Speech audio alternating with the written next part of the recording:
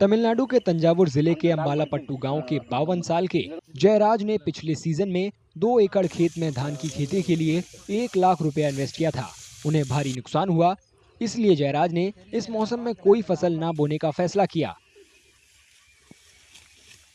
वे कई महीने तक अपने खेत में नहीं गए, फिर एक रोज वे अपने खेत को देखकर आश्चर्य में पड़ गए।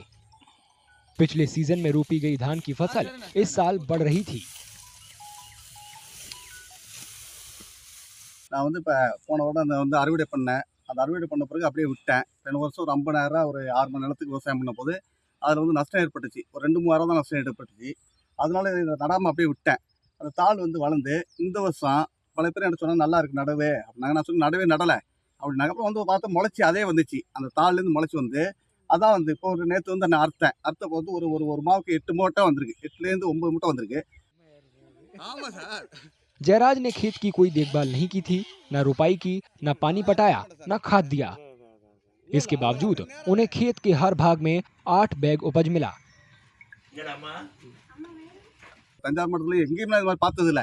அது நடாமையும் விதைக்காமையும் இப்படி ஒன்று பெரிய ஒரு ஈல்டு வந்திருக்கு. இது எல்லா விவசாயம் தெரிஞ்சுக்கிறதுனால இப்போ இதை வந்து நாங்கள் எல்லாருக்கும் அறிமுகப்படுத்துகிறோம். இதில் மிக சந்தோஷமாக இருக்குது. சந்தோஷமாக இருக்கிறது இந்த மாதிரி ஒரு ஈல்டை பார்த்ததே இல்லை. வரப்பு வெட்டல, நடவு நடல, நாற்று பிடிக்கல, உரமும் போடல, தண்ணியும் பாய்ச்சல, அதான் வந்திருக்கு. இது மாதிரி ஒரு 2 ஏக்கர் நிலத்துல இந்த மாதிரி 7 மூட்டை 8 மூட்டைங்கிற ஒரு ஈல்டு வந்திருக்குங்க। इस उपज से न सिर्फ जयराज बल्कि इलाके के दूसरे किसान भी आश्चर्य में हैं। उन्हें खेती के पारंपरिक तरीकों का इस्तेमाल किए बिना अच्छी फसल देखने को मिल रही है।